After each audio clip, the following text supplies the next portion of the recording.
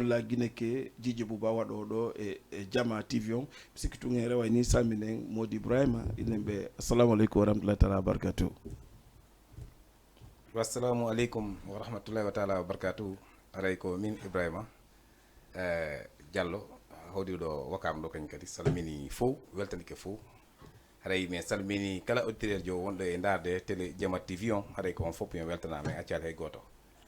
Voilà ko non tigi woni Ibrahima Diallo tayrjo wonɗo e Wakam ɗo gandi ko kanko woni ko sarsa fi programme anniversaire on fof par ce que on ɗum waɗi sila yiltade seeɗa ɓe anniversaire ji ɗi mi waɗano ɗi fof komi woni ka radio ko kanko e sukamen goto kadi ne yero maître yero tayer wonɗo Grand Yoff kamɓe waɗano lang sponsorisé cette fois ci kanko ƴetti affaire on en charge programme mum fof ɗum waɗi si mi invité mo yo ar o jooɗo ɗo yewdude e makko pour yo affaire ji ɗi laaɓu ko honɗum woni programme makko e nde fi anniversaire o donc hiɗe marɗo kadi Mouhamed Sall sikki tun ko l'enfant de Varia kankadi ko kanko woni porte parole ka ɓantal fi family mi sikki noon ɓantal fi family sen woni fi mum bussino andi fi ɗum ko ɗum addi kankadi yo ar o jokka Mody Ibrahima par ce que si ɓe charge en tant que président ɓantal family charge que programme émission anniversaire la Guinée hala il faut ɓe addana porte parole maɓɓe on kamɓe kadi pour on ɗon kadi wawa ɓanginande jama on oui c'est vrai ko Mody Ibrahima woli konko gonga hiɓe e programme o hiɗa wawi samodide Mouhamed Sall assalamu aleykum. Waaleykum salam wa rahmatullah. No wayi aray DJ Bo nam on salminama no masude janto alhamdulillah awa on hewte jaam min hewte jam aray meɗen yaafini ko adi kon e retardement on nde wonno komin iwi toon no woɗɗi seeɗa meɗen ko Grand Yoff men wonni donc ko laawi ɗin waɗi sappo ha men leydi seeɗa aray meɗen tori yaafuye e Jama TV on fof éditeur ɓe men fof d'accord mi fuɗɗa Mohamed Sall il faut mi faala représentant normal Mohamed Sall kanko woni hombo hon toni kam maɓɓe ko woni golle makko e Dakar pour jama on anda Mohamed Sall woyi ko porte parole ɓantal ɓantal family kono himo woodi kadi ko représenté harana ɗum ɗon kadi haray ko noon woniri min haray inde nden ko Mouhamed Sall komi jibinande Pita le Miro Wareya ko ɓe wiyata Dagore ɗon secteur Dagore on haray ko Dakar Grand Yoff ɗo woni komi hoɗi haray professionnel an on ko menuiserie mi woni wadde menuisier en bois haray kanko monsieur Ibrahima ɗo haray ne ɓigila min andidiri sikki duuɓi tati ɗin ɓattike si timmali si mi sikki si ɓurali haray ɗi yoni meɗen hawtuno e mojobere goo bien avant e neɓunode Allah waɗi ko toon min andidiri ha Allah waɗi min iwi toon min ari min sinci e mojobere wiyetende ɓantal famille gila on sumati meɗen ardinimo yeeso mo yiɗani min mo ƴetti min fof hawtinde min waɗi min nene goto baba goto haray o ƴetti sengo ka banggue programme fi ka porte parole o halfininmi haray koye on banggue ɗon mi woni e piiji goo komi addanta en toon fi ko yewti e banggue fi publicité e programme ji boyi haray himo charge lan toon e muɗum beere komi wawi kon haray meɗen wallidirde moƴƴa kanko Cheikh Ibrahima kan kadi haray ko neɗɗo yaajuɗo ɓernde vraiment yiɗanɗo jama on fof haray beere si faminike ko haray ko ɗum ɗon tawi si programme o faminike inchallah d'accord on yawto ok probléme ala ko noon tigi woniri monsieur Mohamed Sall on nani koɓe yewti konko menuiserie bois ɓe watta e ɓe jooɗi ɗo e Grand Yoff ɓe anni on kadi ko ɓiɗɗo laggine Pita ko wiyete Leymiro Dagore ka voilà ko ɗo woni ka maɓɓe donc ɗo laaɓi poy kadi ko kamɓe jonna ko wiyete porte parole ka ɓantal famille kala ko feɗɗa toon ko kamɓe yahata andina jama on ɗum ɗo hino feƴƴude yittoɗen prési Ibrahima doyen de doyen Mody Ibrahima ko onon woni chargé de programme anniversaire émission la Guinée Djidji Bouba ko représentant toon par ce que ko ɓay komi watta émission o mais émission o Guinée ɓe jeeymo anniversaire on vraiment ko Guinée fof kadi jeeyi joni mi faala ya andinmen programme anniversaire on ko honno o fewndori ko honno wonɗa e honɗum wonɗa e wadde e nder makko disons donc ok haray yaɓan tout d'abord min weltano Dj Bouba merci c'est pas golle ko andata hoore makko première fois koko min wowi wadde haray ɓay toujours woni tun ko min wowi wadde fayde ko min rewta joni hannde kadi donc haray la première fois on himin gollidude e Dj Bouba haray min kadi bila mi andidiri Dj Bouba d' abord ɓooyi mais ko ɓuuri mi weltingol piiji makko ɗin ka hewti ka programme makko hewti o fayda fof ko min ƴettata charge en général haray mi ɓurta toujours weltanagol mo kanko Dj Bouba donc fewndo komi fewndi ɗo wono ɓe mi waɗanoɓe nan défilé ɓen donc inan e programme maɓɓe taw fi innugol ko charge ko heddi ɗum ɗon déjà feyta ko ɗum woni min clôturino ɗum ɗon fof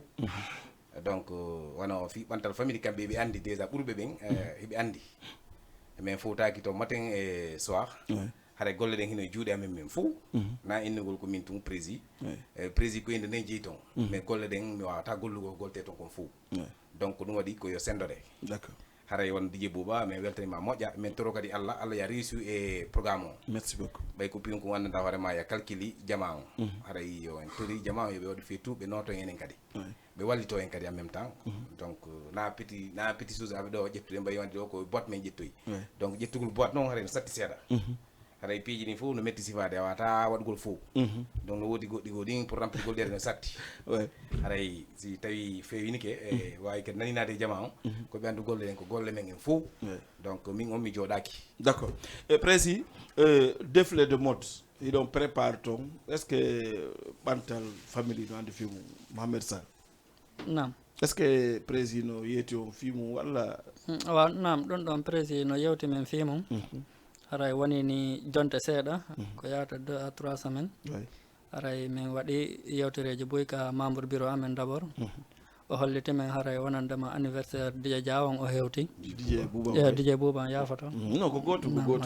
woluɗo faljita way ko noon o andini men haray hewti e cette fois ci ko kanko chargé programme ji ɗin en main mo wowno chargade kono e ngal ɗo haray o holliti mo ɓuuri mo faala e tigui tigui on yo affaire on ɓuuru organisade ɓuuri ni haray o andini men haray himo e fi ñongoji ɗin fi ka défilé donc min yewti fi mum o teddinir men moƴƴa o inni haray yomin wallitomo menen employé ɓe makko ɓen donc haray meɗen wakkilade bureau amen on mi yewti toon wano min porte parole on toon haray hoore jang on no toon himo make kanko Hadja Oumou Rada nam haray ko minen woni e gollitude toon vraiment won ko suddiɗo kadi wakkiliɗo yiɗanɗo kadi mojobere nden vraiment meɗen nantodiri haray souvent meɗen lansude toon info ji ɗin e yogaɓe kadi no toon hiɓe wallitade men moƴƴa e golleji ɗin wano kanko imam Thierno depuis Wakam haray kanko kadi mo wallitade men e fi programme ji ɗin moƴƴa haray ɗen noddi fof yo jama on waw en notade nde ñande e Allah waɗa e ha jom feƴƴa e hoore jam moƴƴere inchallah d' accord voilà ko noon tigui woniri musidɓe o nani e président Ibrahima koɓe wi programme o déjà fi hôtesse on défilé ɗin hiɓe ñongoji ɗin porte parole kan kadi o confirmi fi ñongol ɗin hiɓe mum joni président komin humpa andude pour jama o faamo piiji goɗɗi goo hiɗa waɗa to min hoora min mi andani par ce que ko si mi landike ɗo on wolanilan carrément mi anda oui c'est sûr ko ɗum wona e waɗede défilé on déjà haade on haalanilan ɗum ɗo mais défilé on mi andali exactement ko rewɓe tun watte walla ko worɓe tun watte walla est ce que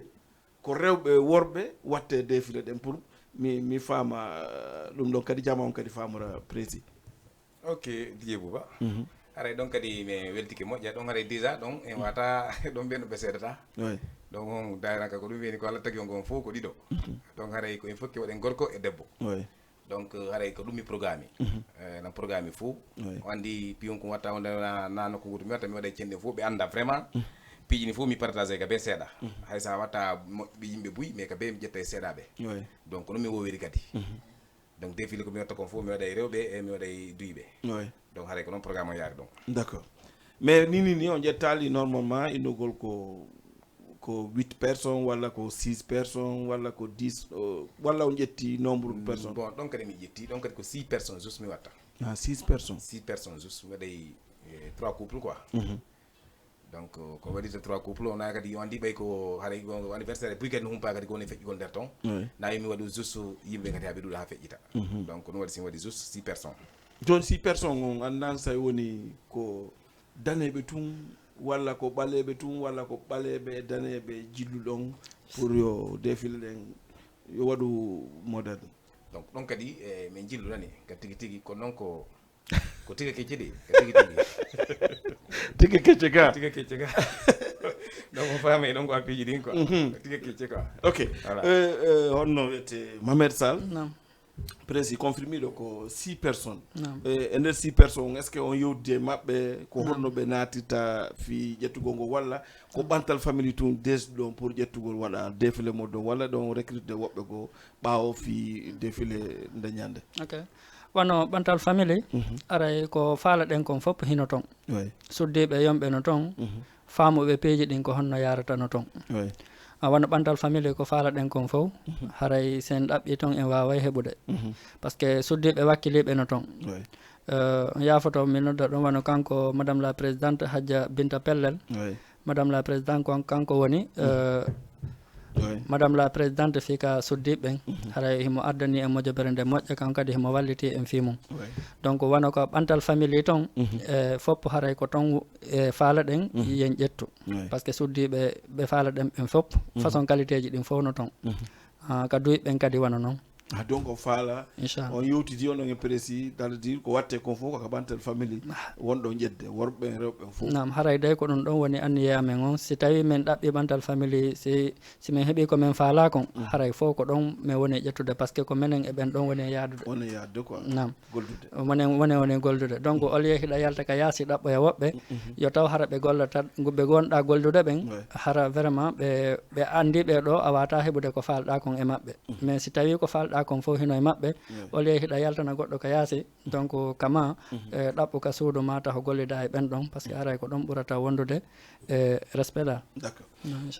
précis Ibrahima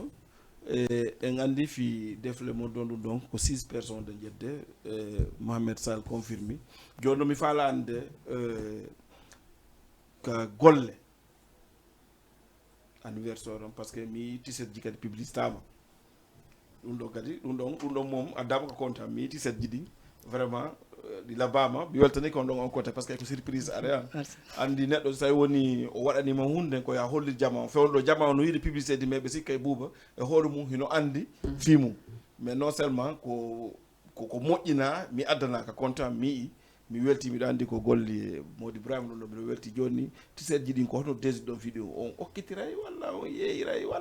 walla kono miijon ɗon ok donc kadi ka fi ka tisete ji ɗon ndi ko minne on kon toujours diji bouba haray programme on ko wayi ka yawno ha min jetti engagement mum haray kala ko yiɗon toon kadi nawi betti on si betti on haray wayi so on andano ko ensuite nawi fi betti on toon tisete ji ɗi en ko ballal wonde e torol tisete ji ɗi ko yen yeeyuɗi tisete ji ɗi fof ko yen yeeyu no woodi casque no woodi t-shirt donc ɗum ɗo fof waɗi valable ha Paris voilà haray koɓe faam fi t-shirt ji ɗi ɗum haray ko wawɓe wallitade en fi groupon donc haray ko saabu noon ɗum ɗon mi moƴƴinir t-shirt ji ɗi d'accord haray kala kadi faalaɗo hiɗi waɗi disponible déjà haray o tigi contact en tun siko Dj Bouba siko min donc siko porte parole ɓe yamɓen kadi haray moɓe hendi ɗon wo vraiment ɓe wawa hendade t-shirt ji maɓɓe facile wa t-shirt ji ɗin ko kanje keppi on yaadi walla ko keppi on feere t-shirt on feere ok ɗon kadi ko waɗi ɗen ɗi noon fof komo kala yo heeɓu seeɗa wandi si tawi donc wano ka t-shirt ji ɗi lanni ka keppi ji ɗi heddi donc ɓe wawi ƴettugol casque ji ɗin haray donc si tawino on tigi heeɓi coggu mum fof c'est que c'est plus joli on tigi sooda d'accord mais on fixe al prix on taw walla on fixe bon prix ji ɗin c'est fois ça coûte passé franchement ɗin kadi prix ji ɗi mais fixama Paris d'accord meɗen wawi andude walla Mohamed Sall no andi yomi non min no wawi wolde ça fait pas de souci allez-y donc haray t-shirt ji ɗi no yeeyde 2500 keppi ji ɗin ko 1500 d'accord donc haray ko noon programme mumen jettiri quoi d'accord mono donc on tigi kanti kadi kon tigi faala o no waɗi disponible haray c'est ok d'accord hono tigi woniri o nani prési Ibou o kanko jogui anniversaire on fou kala ko wona golle ton kanko ne wadde hay fus ala ko wadɗen ton sina en représenté ke enen wonɓe Jama TV wonɓe wadde émission la Guinée on joni noon ko mi watta fof ko mi rewɗo mi yaaka régi mi hokka en clip goto pour andi ngoɗon toujours miɗo antifimo la gandi ɗon jooɗi ɗon heeɗi mi hokka on clip goto arten kadi continue émission men on mayen ko régi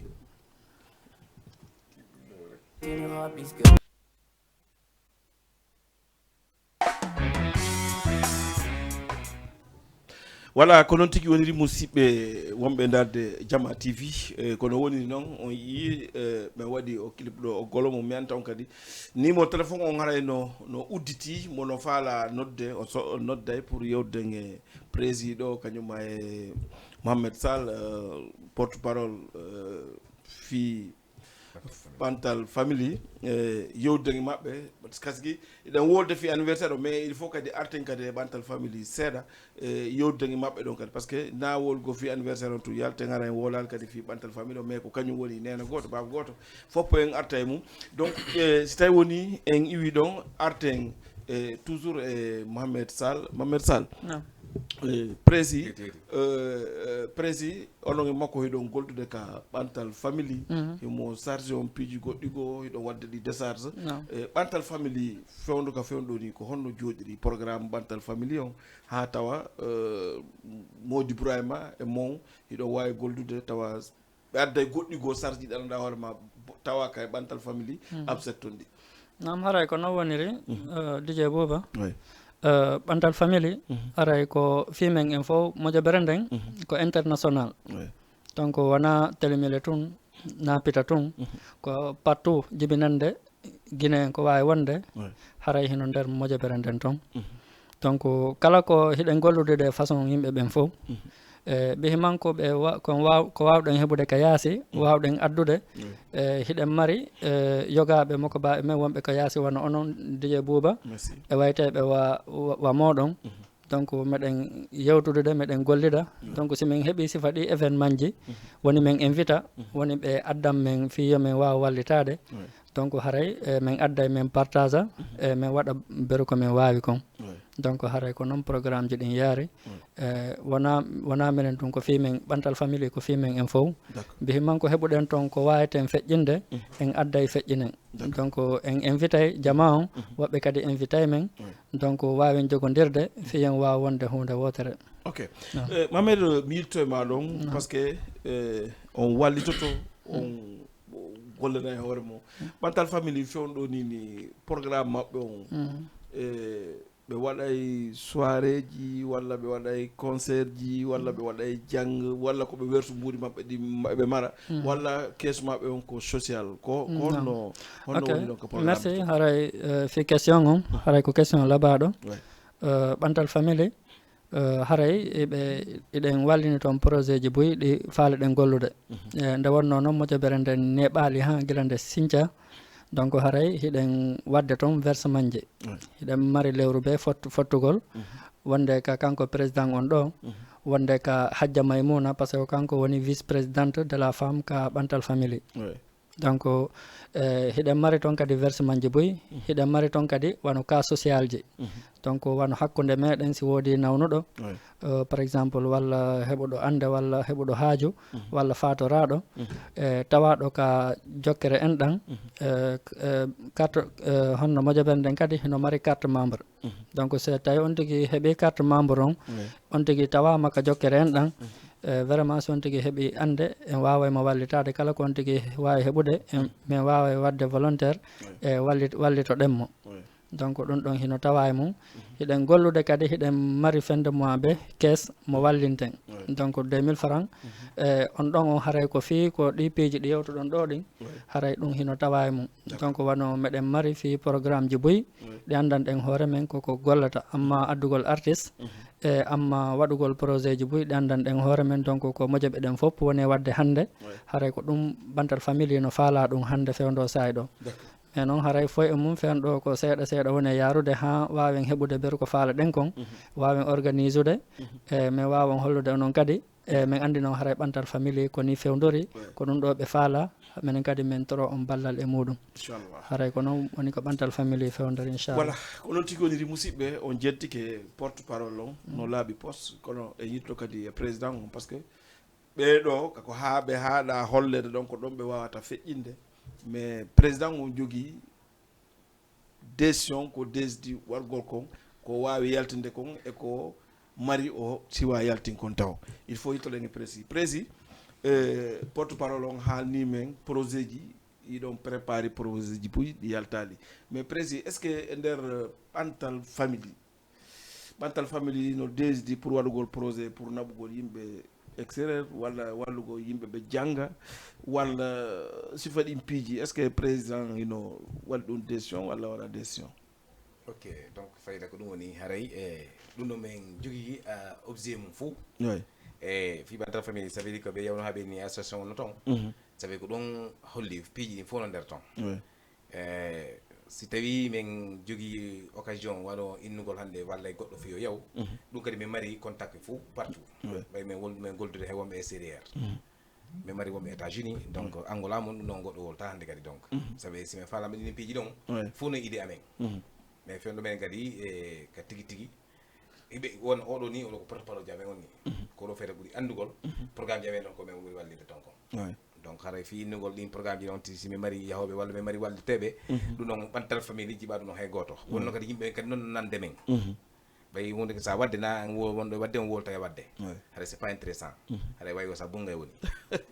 mais prési ɓantal famille est ce que association no mari agrément récépissé walla ɓe ala taw si himen mum kadi iɗon e mum mais ala taw heɓaki taho ɓay wandi piiji ɗin ɗo ko présenté ɗo gomo ɓe donc haɗa ne metti fi seeɗa min guike min yeehi min déposi mais ko ɓeyda men ko aroye yaari ɗo donc tawa piiji ɗin no satti seeɗa mais himen e mum d'accord ɓay wonno min ko kaydande min carte d'identité ko waɗade sénégal mi jogui donc min sattay mais ko ha seeɗa voilà mais wandi ɓay haray koye intelligence toujours hay no metti sifade seeɗa no metti sifade fi mais en tout cas hakkille mon no e mum voilà hakkillamen no e mum projet président on est ce que on meeɗi wadde concert walla soirée dansante walla organise gol jang honɗum mum meɗɗo wadde walla hay fusse mum o meɗa non mais men alita waɗugol concert mais meeɗa waɗugol soirée mais emin e mum ko anniversaire groupe on min fala wadde donc min hewtal taw anniversaire groupe on waɗaka taw non waɗaka taw donc mais si hewti ɗum ɗon koko waɗa programme ɗum déjà ɗum ɗon haɗa men programme ɗum ha paari quoi mais ɓantal famille mbiɓe créa heɓude hannde ko programme ji jelu ɓe ƴetti en charge ɓe golli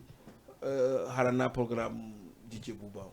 o ɗum noon ɗuuɗi vraiment programme ji komin waɗi kon ɗum ɗon c'est trop wona ko min halduno kon si komin jooɗoto ka table ɗum ɗon min asimi ɗum ɗon ko chaque événement heɓuɗo toon goɗɗum min dari e mum donc ɗum ɗon ko Allah ko metatal taw donc ko ɗum ɗon woni fi ɓantal famille mais ƴettugol en charge programme goɗɗo ko programme anniversaire DJ Bouba on fuɗɗo ɗon walla non min jogui programme ji amen spécial mo annata hoore ma ɗum ɗon ko minen groupe hewri mum jeeni non individuel mi woni wiide individuel haɗa komo bokka e nder groupe on quoi disons non donc mais franchement min wawal taw wadde ɗum min wawali wadde taw ok min yahay si ɓen invité men min yahay min noto donc kala invité ɓen noon vraiment la porte ouverte donc kala invité men min yahay min yawde kadi d'accord donc mais quand tawini ko min ƴetta engagement goɗɗo haade min waɗal taw c'est le première fois min waɗa ah bon ok mi yittoɗon e mon ɓantal famille yiɓe waɗi associé e groupe ji goɗɗi goo wano association ji goɗɗi goo wonɗe Dakar walla ɓantal famille ala association ɗi waɗi associé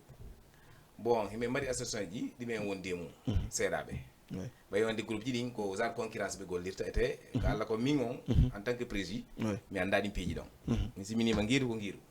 il faut ciifiɗe yaga voilà donc mi innugol nan ɗo joni ko enen hannde tawa janngo ko birdi aɗa ga tigi mi ala toon birdi voilà aɗa on parti ɗo mi ala toon quoi c'est ça le problème ok musidɓe wonɓe darde Jama TV haray ɗo koyon walto men par ce que ɗon jenti émission o e ko fi anniversaire on fuɗɗoɗe mais kono ɓayno woodi kamɓe kadi moƴƴoɓere daraɗa hoorema ɓe jogui wona mi daaro intrant on tum mi accita kadi programme mabɓe on kamɓe hoore mabɓe koɓe duwa gollande hoore mabɓe kon c'est très normal Jama wonɗo e ndar donc kadi o anda ɓe hiɓe jogui koɓe woni visionde pour yoɓe waɗu ɓe timmina ɓantal famille ko ɓe wi ko par ce que ɓantal famille on ko si ɓe ɓantiki ɓe ɓanta jama o donc noon yahata il faut ɓe créa hunde ganduɗa hoore ma ɓe wawa e golde mayre donc il faut mi rewa e mum kadi e joni noon porte parole par exemple ka socialement si goɗɗo nawnirama walla si goɗɗo mayrama walla si goɗɗo wadde mariage walla dendabo ko wayta noon est ce que social on fo versement on ko goto walla no waɗi balance seeɗa ay wano ɗon fi versement on donc minen ɗon fof haray ko halda fi yo wonu min fof yo min wonu hunde wotere fi ka social si on tigi heeɓi ande quoi ce soit kon tigi wawi heɓude haray hiɗen haldi moɓe versement jiɗɗum yo wonu hunde wotere mais quand même wano yogaɓe wano hooreɓe amen ɗo wano kanko président on e wayteɓe wa maɓɓe si hewti kamɓe ɓe waɗay plus minen komin waɗayno kon fiyo men surro fiyo men heɓu komin faala kon fiw komin halde min fotti kon fi wata manko donc haray ɗum ɗon hino tawa e mum ok inchallah mi arta e ma ɗon seeɗa par ce que hiɗa andi affaire association parfois no woodi haala o sowani oy natay koye toon par exemple hande Ibrahima ko momo telimile anko ma pita est ce que a faami joni noon mo telimila waɗa haaju hara o wersata exemple mais mo pita on waɗa haaju hara kanko mo hara o wersay mais comme ko Ibrahima woni président wonɓe toon ɓe ɓuura pusde pour mo telimile o yo wersade te kanko ara o ala wersude an mo pita on wonɗo wersude on tawa hiɓe minimise pour wersangol mo est ce que koye difficulté o ala nadde parfois association o way ko noon woniri Dj Bouba ɗon andi ko yimɓe fof tumbi hande mojobere men de meɗen yaha toon ko yahata yimɓe wano 150 et quelques personnes ko won toon ka mojobere donc wona ɓen ɗon fof mo be e jikku mum donc mo be analyse mum mo be eno yirta piiji ɗin noon min nanay piiji boy wano versement ji ɗin toon ko giɗali wona yarede ala ka rewede lawol kono Allah no seedi président o himo ɗo haray o accatami fena beru menen wonɓe jokkude fi yo mojobere nden yaaru yeeso kon donc haray menen min ala darude intérêt amen personnel donc ko intérêt jamma on mi woni darude amma noon ɗin yewtereji ɗon fopp wata manqude wonde wi'ugol haray ɓeɗo versanama ɓeɗo versanaka walla ko man omi versanta ɗum ɗon fof no wawi wonde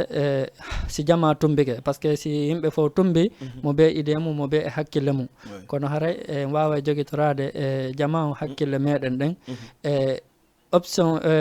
honno vision mo marɗen on e jokken on ɗon donc hikkinaɗo yeeso kadi wata wonde hara wowlaka donc o wolete mais amma hara ko ko wona wolede kon hara wona no woniri mais quand même fi social ji ɗin fof meɗen hawtodiri waɗi hunde wotere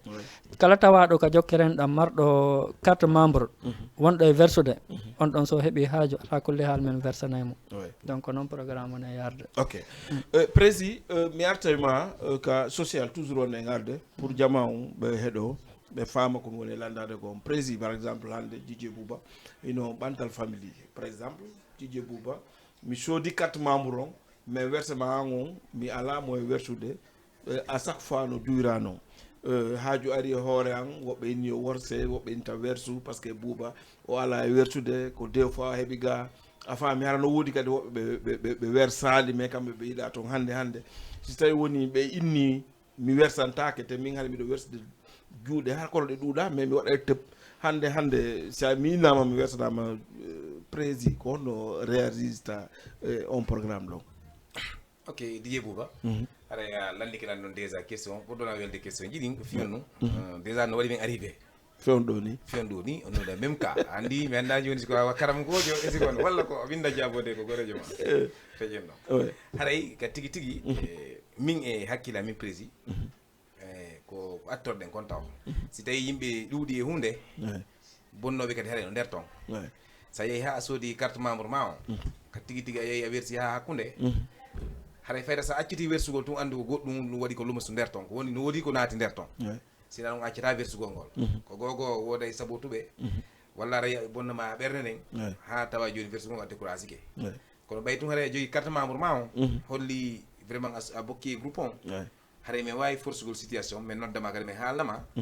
vraiment continue versement ji maɗi ɓay sa versi wono 2 fois ou 3 fois ɓantal famille ari addanima 50 000 haɗa ko 2 fois versanda men 2000 a sikkay a perdi men menen donc minen ɗum ɓeyda e men minen ɗum ko Allah tagui amen quoi ko yalti gon simi yaltini haɗa komin torto Allah kadi ko aroji ni ɓurti ulude donc kono min gollirta ka fi ɓantal famille haɗa noon no heewi toon fewndo ɗo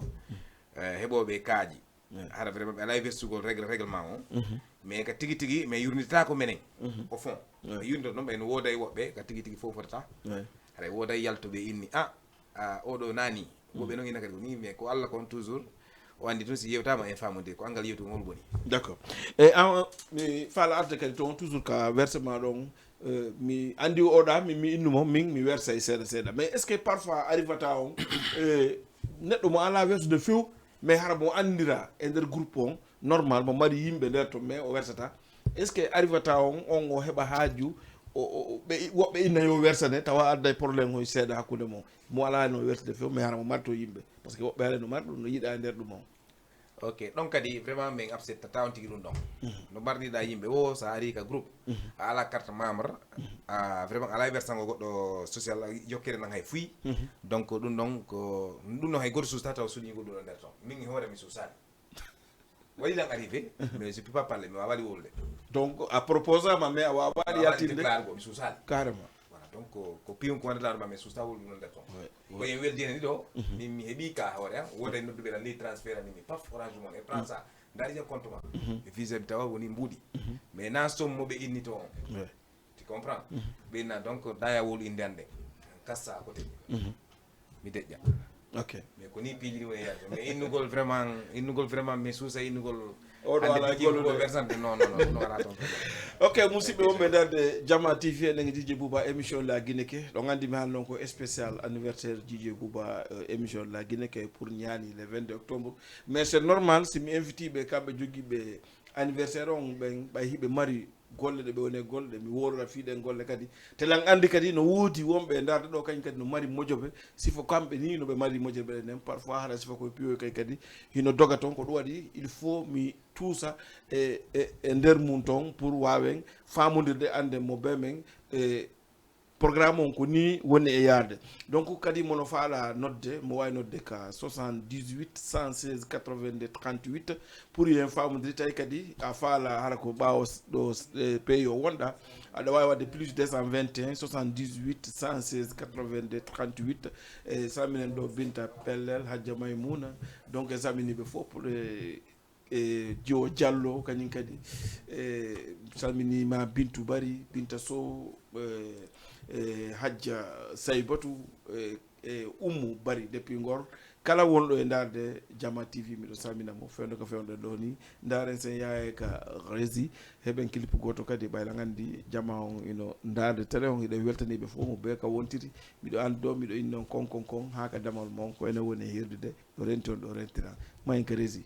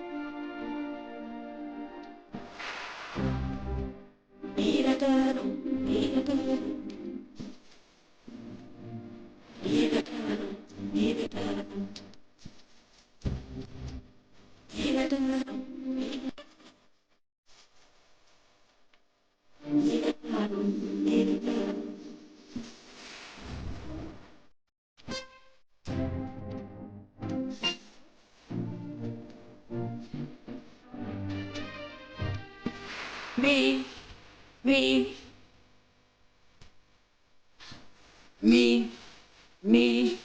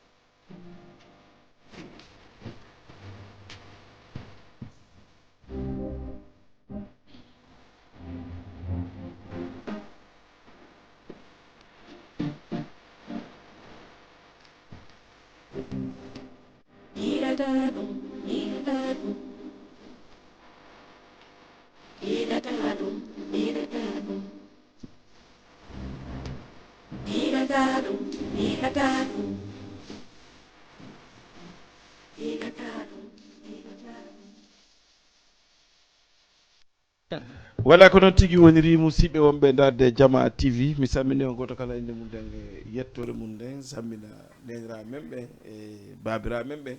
no woni noon ɗon andi ko e anniversaire woni ko fokkituɗen enen e Djidji Bouba émission la Guineke ɗo e Jama TV cité ensemble Wakam hande kadi ɗon andi mi anditina on invité men on ko doyen Ibrahima Prési Bantal family kañum e porte parole o Mohamed Sall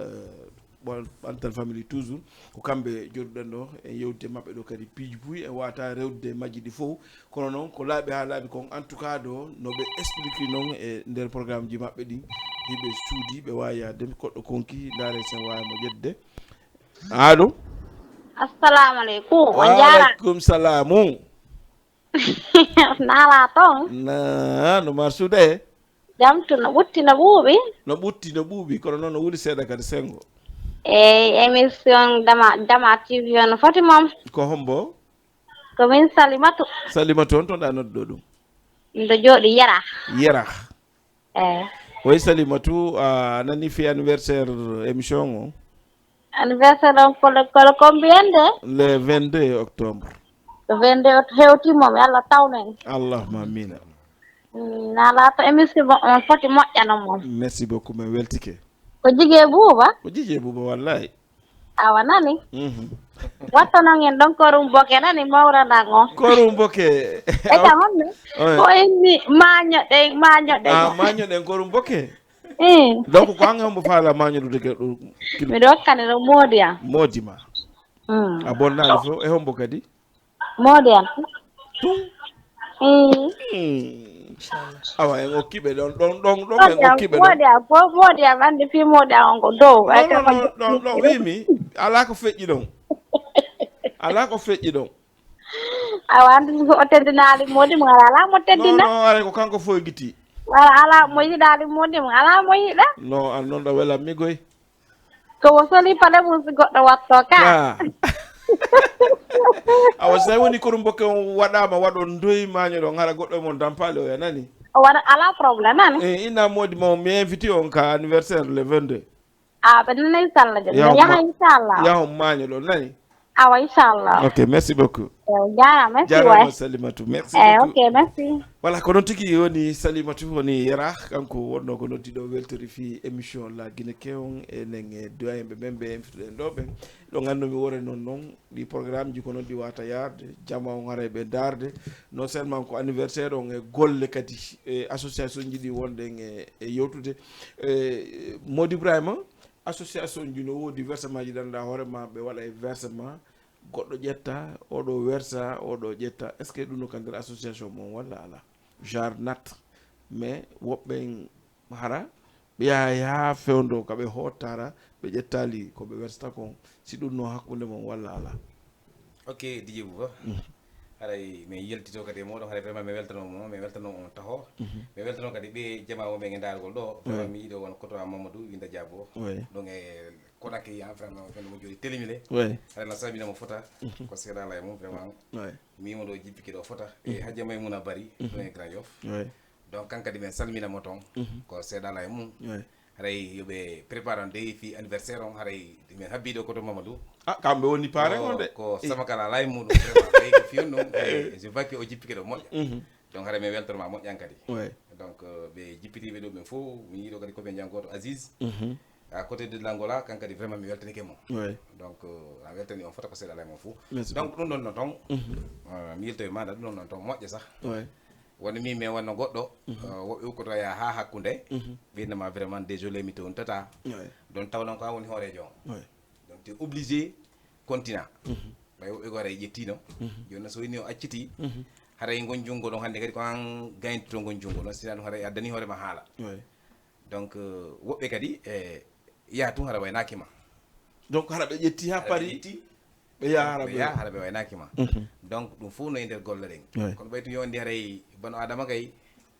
si tawi a yeyi ɗum ha windi ke para haray ko a cikko aray ko a cikko donc haray programme jiɗi no metti sifade trop d'accord donc haray donc ko noon woniri voilà ko noon tigi woni wadde e rewen ɗo yahen salminen kalma ko Mamadou Winde Diabo nenan Adama Virage wonɓe ɗo e télémide centre salminen kadi ɗo wano Mamadou Aliou salminen ɗo ɓe Asalem Grand Yoff Asalem Ray salminen ɓe Grand Dakar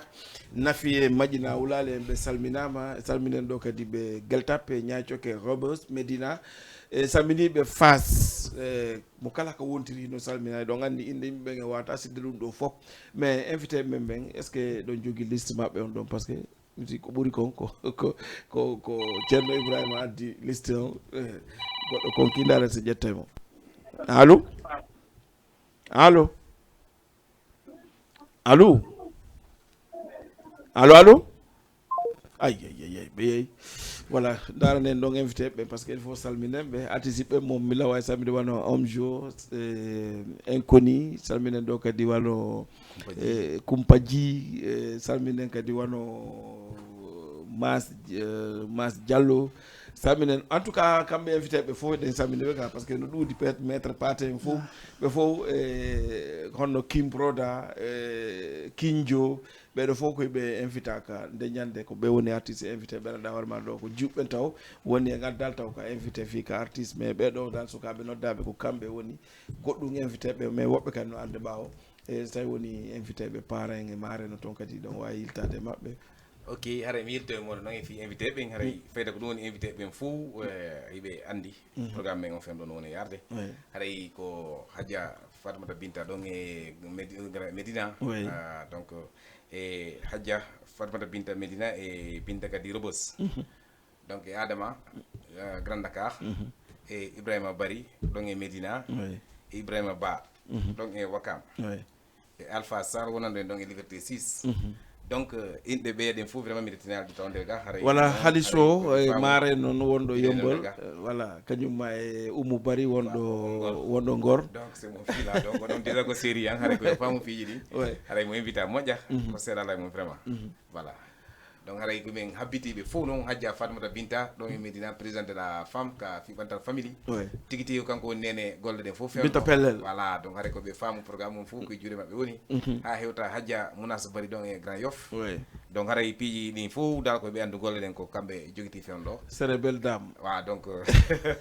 sans rival et sans rival kadi ɓe fof ɓe salminama Binta Rebeuss e Binta Manche a faami ka voilà sa yi ɗum ɗo fof no wolede musidɓe koyo gandu anniversaire on koye fof kafi mo hay goto ko acca ala ɗo ko enen jeeyi non seulement ko Boubacar Bari woni représentant waɗugol émission o mais émission on ko enen jeeyi hande siɗa wadde welo welo ko enen fof dowa kafude e welo welo ngol mi rewaɗo kadi mi salmina jijeɓe e groupe aji jije on fof wona o ma o paykuge mawɗo mi salmina wono Ceerno Bari Djidje Diawo Djidje Adraka Djidje Serif Djidje Diallo donc Djidje Yaya e Bosch en famille kala Djidje jo wonɗo pousse de bouton re Djidje Bella Jodi e Amadou Badiane kala wonɗo e pousse de bouton vraiment miɗo salminama miɗo numa kadi teddungal ma fi anniversaire on ko enen kafi hande ko min janggo kam faɗɗi janggo ko oya donc en kafu murandum andomo be no duwa wadde ko duwa ko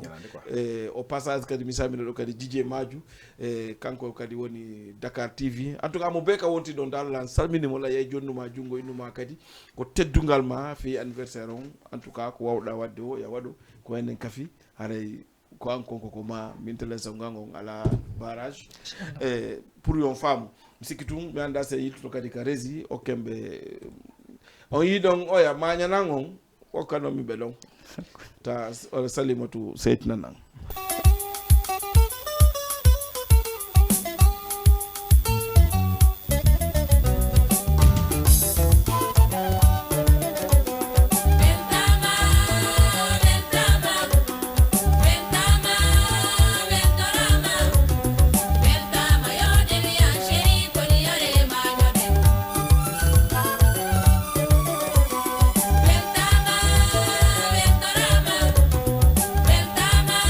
Yo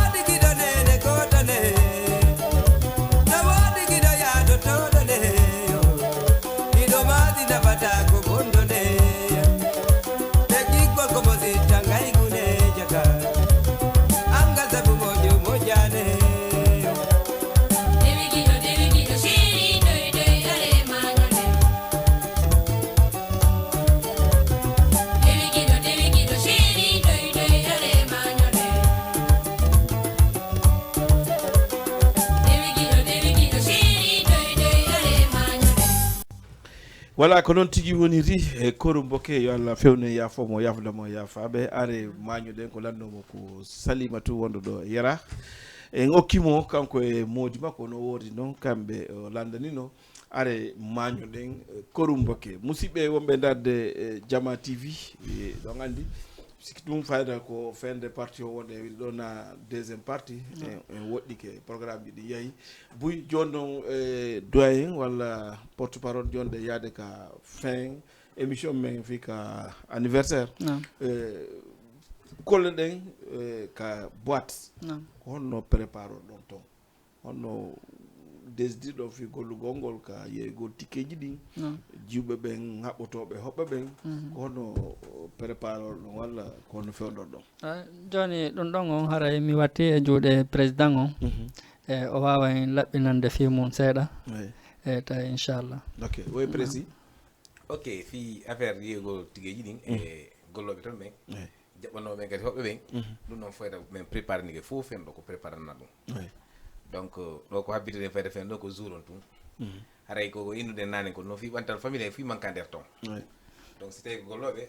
oɗora sa ɗum noon marta on ampagay marta ɗum ampagay ton donc si min nani ɓantal famille kamɓe faala gerde kala ko watte ka nder boîte kon ko koɗe hay ko animation on jetta kodi tamino ɗo animateur ɓe amɓe har hay ɗum on ƴettanino hoore mum donc ɗon on koko minnuma kon sabi ko fou koko ƴetta charge ko A à Z hande kadi ton en ala ton yewgol inna vraiment en ala ɓe aroɓe wernede ɓeeɗo ɗo innoɓe ɓeeɗo ko hoɓɓe ɓeeɗo ɗum ala ton sabi fof ko organisé no programme d'accord donc no jour on tum minnuma ko noon tum woni komin habbi e jamma on kañum déjà on sont déjà préparé haɗa yimɓe préparé nde fi soirée on ha paari haɗa kadi koɓe andu kadi e soirée on feyda anniversaire on ko fi maɓɓe ko noyni ko anniversaire Jama TV e donc ko fof ɓay ko yawno ha min ƴetti engagement affaire on donc woni kadi ko première fois himin wadde haɗa koɓe andu tout vraiment ko golleɗe ɓe habbira nder ton donc ɓe habbitora kadi donc haɗay ko hawala noon quoi ɗon d'accord voilà ko ɗon tigui woniri musidɓe mi andita on kadi si tawi woni prési wolal mi wolna on winda Diabo kamɓe woni parrain kamɓe kadi nodduno inni yoɓe waɗe parrain si ɓe arali haɗa kamɓe fosten kamɓe kadi wino e waɗɓe parrain ɗum kam mi teddinirama oɗon jama o fof lagandi noon winda Diabo neɓata haray yiɓe ka lawol pay ɓe wino si ɓe mayali ko ɗo ɗum ɗo tawataɓe si ɗum feƴƴi haray émission men on koko continta mercredi kala 21h30 à 22h30 siko samedi waɗen 14h30 à 15h30 émission embami nisi ɗo e lewru ndu mayde haray ko artiste ɓe wonɓe e ƴetde si tawi woni e mayal Sall Diaby e samedi aro ɗo ko artiste jo goɗɗo go ƴetten e goɗɗo konki daren se wawimo ƴetde allo allo allo allo voilà mi sikki tun o yeehi nomi woodi noon samedi aro ɗo ko artiste jo goɗɗo wonde jedde so tawi woni mois de octobre on daroyke haray kadi ko invité men ɓe wonde jedde e waɗiraɓe wonno 2 personnes walla 3 personnes ça dépend no wawi wonde ko 2 personnes watten par invité ɓen rewɓeɓen e worɓeɓen kamɓe kadi ɓe ara ɗo ɓe confirmana en oui c'est vrai koɓe invité ɓe ka anniversaire ko kamɓe kadi jaaɓi invité de fi anniversaire on pour on ɗum tamen public kaydiji maɓɓe ɗin tum ɗo yi on e photo ji ɗin woɓɓe inna ɗum ko gonga woɓɓe na gonga est ce que on fa mais si ɓe ari ɓe jooɗike e kamɓe tigui hoore maɓɓe ɓe onti hunduko maɓɓe ko ɓeyni oui c'est vrai ko minen invita ko minen jaaɓi haray ko men prêt haray mi sikki ɗum ɗon ɓurta e hollinde jama on e koɓe invitaɓe donc prési joni ɗan andi tan on ko woni kulde ko on ɗum won ɗon e wayntade ɓe explique noon jama on fi anniversaire on ko tata no waɗani ɓe surprise ñande jour on ok Dj Bouba haray tan on woni ko raɓɓiɗi haray noon raɓɓiɗa tigui tigui haray yon andu programme ji prési ɗi fof feyda koko andu ɗon défilé la mode on ɗum ɗon mi déjà woni mi waɗi programme ɗum ha paari deuxiéme chose ko wona e gollede ka soirée kon e anniversaire makko on gâteau ji ɗen fuɗɗi ko gâteau d' abord ɗum ɗo min commandino ko ha paari haray ɓayno andi tan ɗo ko ɗum waɗi somi wirti hoore sinan mi woltan ɗum yiyen toon gâteau wal mongal mais quand même haray min yafini e moɗon haray fi koto men winda Diabo ɗon e laguine ka tigui tigui haray o innino déjà o bousay toon haray la andi fewndo haray ɓe ka lawol noɓe hewtita woni anda ko hande ko janggo haray kono ko bettata ɓay on andi ko winda Diabo haray ko moko baaɓe amen menen koye parti de amen o minen telimile ko ɓeɓe jonniti teddungal on parti ɗon ɓe wota ko ɓe waɗali haray jama buyino andi ɓe on parti ɗon donc haray soirée on si Allah jaɓi haray sa kala mankuɗo ɗum ɗon koko ɓe yennata ko on tingata e honndu donc ko fof no noddita woni na payi ko na jano ko fof hino noddita d'accord donc haray kadi koye mo be kadi ka wontiri koye préparatno andita jour on ko jour ko anniversaire ko ɗum enta ko jour feƴƴowo donc kala noon ratanɗoma jour ma on haray ka tigi tigi aɗa yo andi ɗon haray ko hawonto haray ɗon jaraɗam wola fof yettato ɓen nani voilà mi yilto ɗon kadi mi ara e ɗo information hum seeɗani rek pour hakkude men e Winda Diabo musidɓe wonɓe fansɓe Winda Diabo yahoɓe ka Winda Diabo hunta haajuji mum hino woodi programme keso wonɗo ƴawdo walla o ƴawi ha paari no woodi jeune jo goto wonɗo e pirade compte ji karmo ko Mamadou Winda Diabo ɗi oyna kanko woni Winda Diabo à chaque fois haray mo pirate compte ji ɗi ko photo ji karmo ko Mamadou tun kadi o affiche ka compte makko photo ji makko tun o télécharge o waɗi ka compte makko sa yi ane oui c'est vrai parce que ko karmo ko Mamadou photo ji makko tun photo ji makko gila ka wonno paykum ha ka woni fewn ɗo ni himo waɗɗi fof ko compte makko sa yi ayne ko karmo ko Mamadou non seulement harana karmo ko Mamadou donc joni noon si tawi woni ɗa humpitade ko karmo ko Mamadou walla na karmo ko Mamadou seede hina kanko sa noddimo innu yo waɗo vidéo innu yo waɗo vidéo daramo kanko wiɗo karmo ko Mamadou on ko woni ka photo kon e kanko image makko on ko gotum ko andi ton hina kanko o jaɓata ƴettude téléphone on waɗa mo vidéo ko yettoma miɗo jaggi fewɗo hoɓɓe no heewi ga ɓeɗo naɗɗo no yalɗo jaɓata voilà birdi o watta pour yon faamu awa pirate on no heewi fi ka compte ji karmo ko Mamadou ni compte ji hewɗi won ton hina kanko fayda ko ɓuri kon wona kanko numéro ji ɗin ɗon andi numéro karmo ko Mamadou fayda presse ko goto ɓuura andede e Dakar ɗo goɗɗi noon imo takkidi toon kono ko goto on ɓuura andede ɗon andi ko numéro Sénégal on donc kala joni ɗo compte goɗɗo gomo bokka on ɗon presque 100% haray on tigui ɗayna on woni walla si on faala humpitade siko gonga walla siko fenade nodde ha gay noon inno yo waɗe vidéo on ande komin wolani kon ko gonga walla siko fenade awa ko pirate ɓe woni e wadde sen ƴewi ɗon yittoɗen e Mohamed Sall ka waynodirgol e Mohamed Sall ko hoore on ɗum wonɗen e waynade ko honɗum wonɗa jonde téléspectateur ɓen pour dernier compte ka anniversaire d'accord haray d'abord avant tout DJ Boba haray min remercier on d'abord onon avant tout ko wawɗon men nodditude ɗo kon e wawen yewtude ɗi yewtereji ɗo e wawen humpitade kadi ko honno e anniversaire on woni feƴƴirde ɓayɗen andi haray ko saati kon hino laati inchallah haray ɗen tori Allah yo Allah lanɗon tawno en nde ñande aray ko hikki ɗon kadi aray hiɗen nodditi dennanangal e fans DJ Bouba eɗen noddi kadi artiste ɓe foppu maɓɓe e particulièrement DJ ɓe hawtuɗon golle ɓen ɓe foppu maɓɓe donc haray hiɗen nodditi ɓe hiɗen noddi kadi ɓantal famille fof hiɗen nodditi kadi différence mojoɓe e wonɗe ka yaasi ɓe men woni humpodirde par ce que ɗon andi mojoɓe ɗen ko ni watta donc ko naata wa suude donc woɓɓe no ɗo woɓɓe harano ko amen menen haray meɗen ka maɓɓe par tous les groupes donc limotako no ɗuuɗi donc haray hiɗen nodditi ɓe foppu maɓɓe donc nayo hay goto leetu sakko tulta donc haray en weltanike jama on fof en weltori fof haray hiɗen habbi nde ñande Allah lan ɗon tawnen e hiɗen nodditi hay goto accaka nde ñande inchallah d'accord voilà musidɓe wonɓe darde Jama TV ko wonno invité men ɗo ko doyen Ibrahima Taher wonɓe Wakam sartiɓe programme anniversaire la Guinée-Ké DJ Bouba ɗo e Jama TV e wattude ɗon kadi e Mohamed Sall chargé de porte-parole fi ɓantal famille kala ko feɗɗe toon kon kanko ɓe yetto anonsana Jama on ka groupe haray ko ɓeyɗi ɗo wonno ko inftude ɗo hannde on nani koɓe maaki kon en weltanikeɓe kamɓe kadi on anndi noddugol e welde ko notade nden ɓuri welde la wawnoɓe nodde ɓe inna ɓe wawata hettade pour mi anndi on wonno porte parole on ko hannde o annonce affaire on o jaɓi ɗon e ɗon kadi par ce que ko affaire on hino ɓendimo no ka ƴiƴam makko ko ɗum waɗi so wari o nooti donc o weltanama kan kadi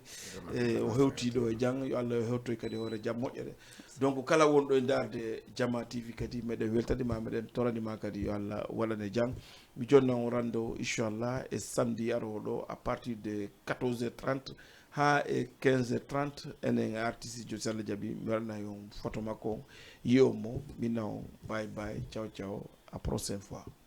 merci.